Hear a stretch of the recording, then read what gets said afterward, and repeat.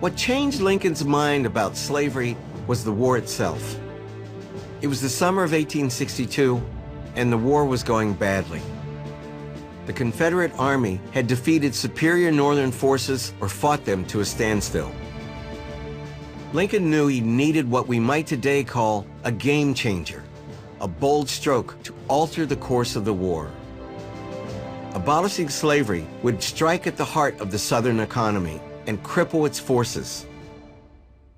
Slavery was the biggest resource the South has. So the largest financial asset in the United States. So it is not, he doesn't say, let my people go. He says, that is the heart of their economy. And that is the only way we can win. No, I'm not saying that. The first thing out of his mind and his mouth might indeed be the basic fact. I can't win this war without destroying slavery. That doesn't mean he wouldn't also go on and say, you know, we're doing the right thing. David Blight and I toured the soldiers' home in Washington, D.C. It was here, at his summer cottage, that Lincoln worked on his famous Emancipation Proclamation. The language of military necessity here. Lincoln spent endless sleepless nights. The military and naval authority. He weighed over and over and over the form it would take, how to do it, the timing of it.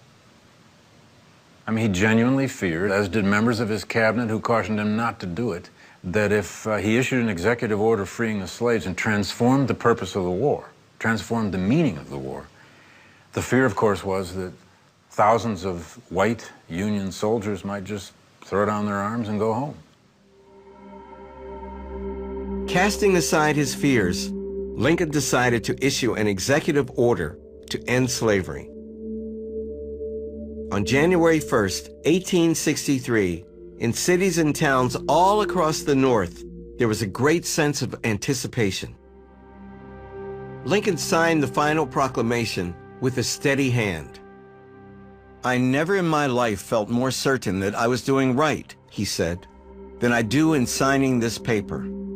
If my name ever goes into history, it will be for this act, and my whole soul is in it." That's a man who's grown. Now, history made him grow. History dragged him in some ways to do what he did. But he did it.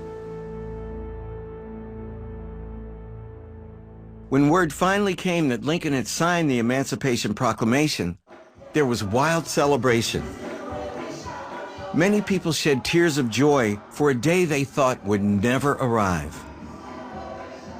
But few who rejoiced that day fully understood the delicate political calculus in which Lincoln had engaged. To keep the border states from leaving the Union and to remain within the president's authority under the Constitution, Lincoln had limited the proclamation to the rebellious Confederate states. Why did not Abraham Lincoln free the slaves over which he did have jurisdiction? And he could have freed them with the stroke of the pen. He is doing all that he has the constitutional power to do.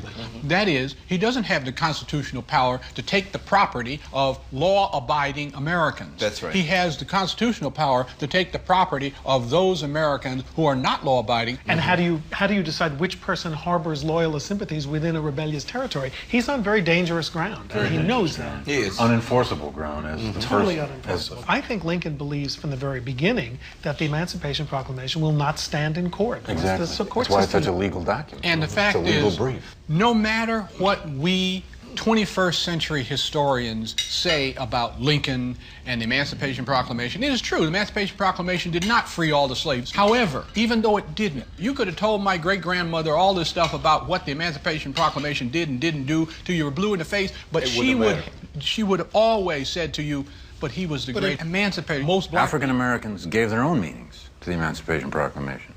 As Frederick Douglass famously said on the night of emancipation, it was not logic we were looking for. It was the trump of Jubilee.